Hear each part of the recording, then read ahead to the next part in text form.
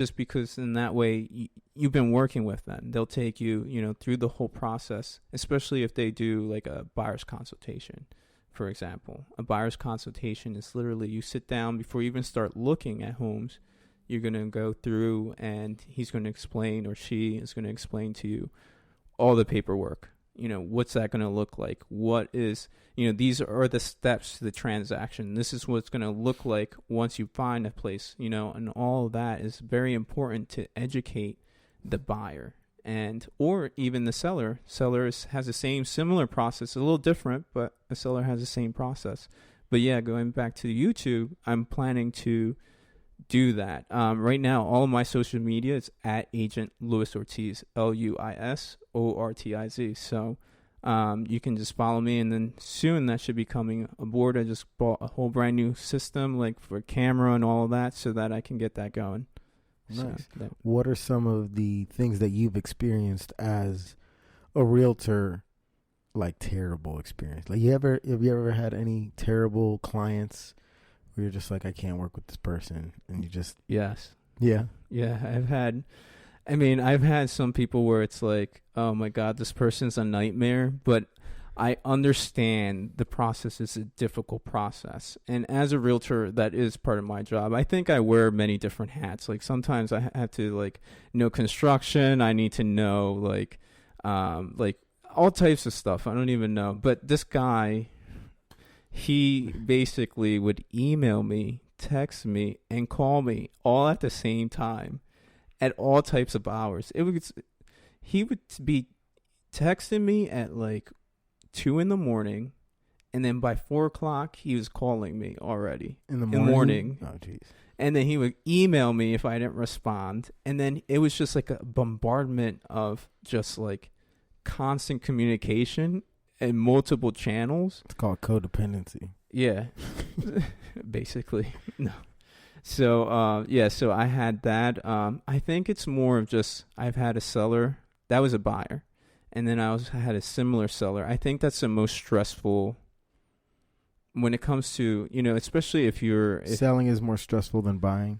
No, I actually like the selling side, but when I mean like a seller, the individual person. That's what I mean. A person selling their home is more stressful than somebody buying one. No, I think they're about the same for me anyways. I feel, it just depends. There's people that just work with buyers. There's people that work just with sellers. There's people that work with just renters. Okay. So you're just like, I don't do that. You can go to somebody else or. Right. If that's what you want to do. Right. You know what I'm saying? If you decide, I want to become a realtor, you can choose. You can even do commercial. I don't do commercial, but I do everything residential. Like I'll buy, help you buy a house. I'll help you sell your house. I'll help you rent your house.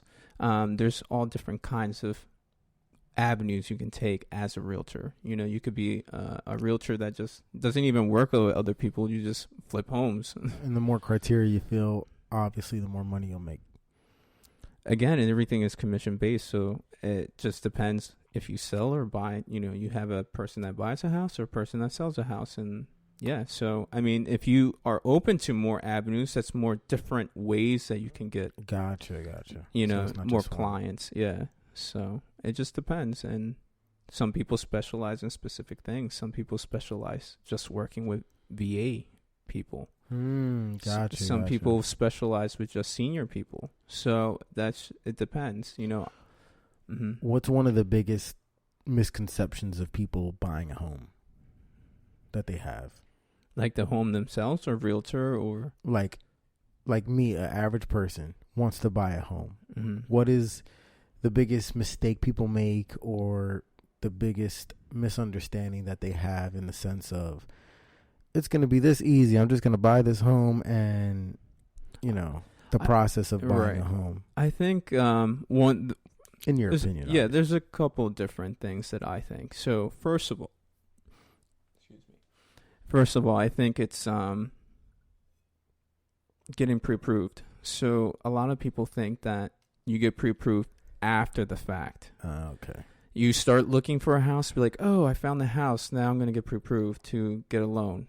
It doesn't work that way. It works actually backwards. You actually get pre-approved first, and then you start seeing houses, because as you can't know your price range until you get pre-approved, right? Right. So one, you don't know your price range. Two, as a seller puts a lot of work into their house to get it ready to show to buyers, and you're coming through and you're not even really ready to buy. Another thing too is that, there's a lot of factors that go into getting a mortgage. You have to have your credit score, income, and all that will determine, again, like you said, your price range. So you could be looking at a house that you can't really afford, and you won't know that until you get pre-approved. My budget is $1 million. Yeah, and exactly. Pre-approved for $200,000. Exactly. So that's one of the things that I see a lot of people do. Another thing is, like I said, people go and they talk to a whole bunch of different realtors, and then they don't have any clear guidance because they're talking to a whole bunch of different realtors. Everybody wants their business, and then if you're not, like you said, everybody's different, but for the most part, if you're not going to be going with me, I'm not going to give you all of my wisdom because I want you to sign with me, kind of thing, right? Sort of. So, if you're working, you're just calling random people up. One, they don't really know where you stand. They don't know how to help you because, it could be just one-time thing. And you could just, you can call realtors. They'll show you the house. You love it. And you don't know anything about that person except that they're going to help you through this transaction of something you never have done before. And you could just be lost. They may not have the best communication. They may not, just be experienced. So it's just good to actually find someone that you shop around, and then once you find the person that you find, okay, this guy's responsive, or this person is helping me out and actually cares and sending me information, that's someone I would think that you should go with. Yeah, that's where Arlene and I messed up. We didn't shop around at all. Right. The dude, we were living in a condo, and the condo we were living in, our landlord, she basically called us up and was like, hey, I'm selling the condo, so you have up until whenever it sells to stay there. Right. I'm not going to charge you the last month, which is really cool. I was like, all right, cool. We got time to look for another place to rent. But we started thinking, like, everything's going up in value. We plan on being here for a while. So why don't we, and then you have to come up with first month's rent, the deposit and all this stuff. So I said, all that, we can just get a home, Right. And so we're like, all right, cool. And the guy who was selling the condo, I guess that's every realtor's, like, the perfect scenario for a realtor is, I'm selling this place and the people who living there want to buy, so I'm going to help them buy as well. So they're like double dipping.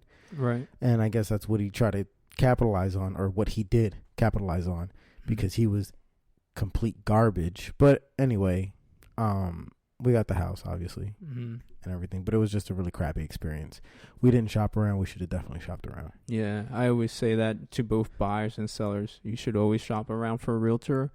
And, I think it's important to go with your gut. If you find that someone is really putting in the effort, who, comes prepared, they show they're clean, they show up the way they supposed to be showed up, they should be getting, the job. And that's what I try to do. I try to get myself in order. If I'm going to go on a listing presentation, I'm going to have my comps. I'm going to know what's going on with the market.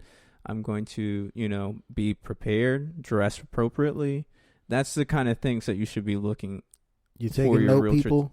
I hope you guys are taking notes, because these are some real gems. Lewis right here is dropping. I bought my house before Lewis was a realtor, so he couldn't help me out. Yeah. And I don't know the laws in California either. That's true. So, all I could say would be just basically what I'm telling you now, because these are just rules anybody should follow when they're going to be purchasing a house, So, it's important to really do your homework and feel comfortable with someone that you really like, and, have that trust that person so that they can guide you through the process, because there are multiple steps. And what were some of the biggest mistakes you made when you first started doing real estate? Or getting into the industry, I guess. I'm trying to think. Let me see. I haven't had any mistakes to the point where I'm like, oh, I messed that up, you know, like, but, no, I haven't. I'm pretty good. I do follow up and I always ask, you know, questions before. If I don't know something, I'm not going to just do, you know, and one of the other important things is you don't make decisions as realtors when it comes to something that a buyer or seller is supposed to make. Like I said, it's always about options. You don't decide for the person, you just let them know. And if you don't know what their options are, or if I don't know what the options are, I'm going to find out what their options are. And then I'm going to present them. So you're going to ask the questions that you need to ask so that you can better help those people. Right. And then they decide. But have you ever been a part of a sale that went like really sour, really fast? I'm trying to get some really bad experiences. Some bad experiences, yeah. Let me see. Well, there was I was doing a transaction with people from North Jersey, an attorney specifically. So attorneys in South Jersey, you don't need an attorney. In North Jersey, you need an attorney. So there's, even within the state, there's some That's weird differences. Yeah. Is it like a township or a city? Like the city in the state is different laws, or? No, it's just like people up north. It's just that's what's typical for them, and that's what they do. So, but you're not required to have an attorney in a transaction if you don't want one. Oh, but that's just people in the north. That's just what they do. That's what they do. They always hire an attorney. Okay, but that's attorneys, not a bad thing, isn't it? Well, they make things much more difficult, and especially like so contracts are made so they're standard language. They're already written out. They're made to protect the buyer. They're made to protect the seller. In layman's terms, so that everybody could understand them. Right, for the most part. Mm-hmm. And that's why if you didn't understand as a realtor can try to explain so you have a better idea, but they can't basically translate it for you because they're not attorneys. And a contract is like a legal document. So really an attorney is who you should be. If you really had a lot of questions about the contract, that's who you should be going to, an attorney.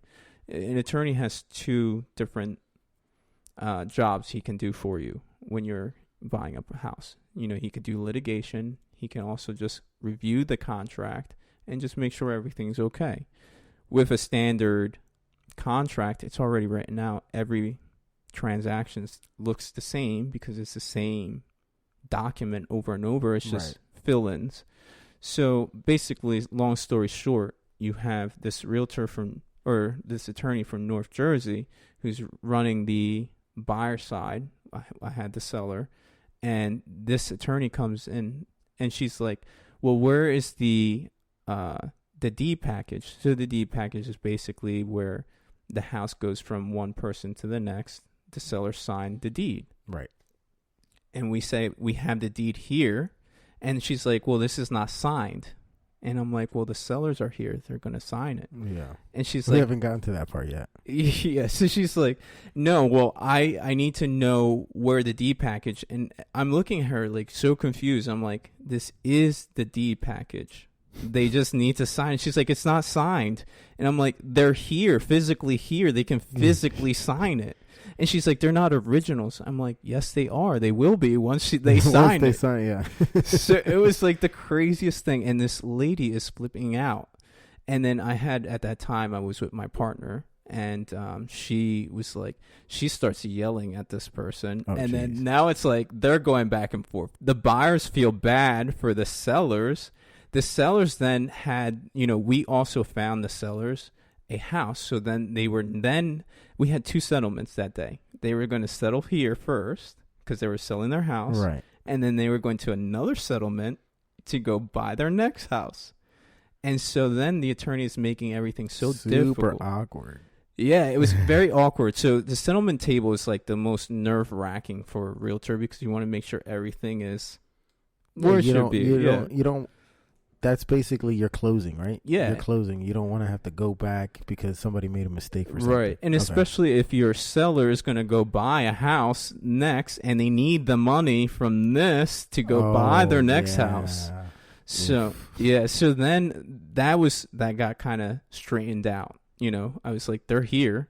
And then after that, there was money issues.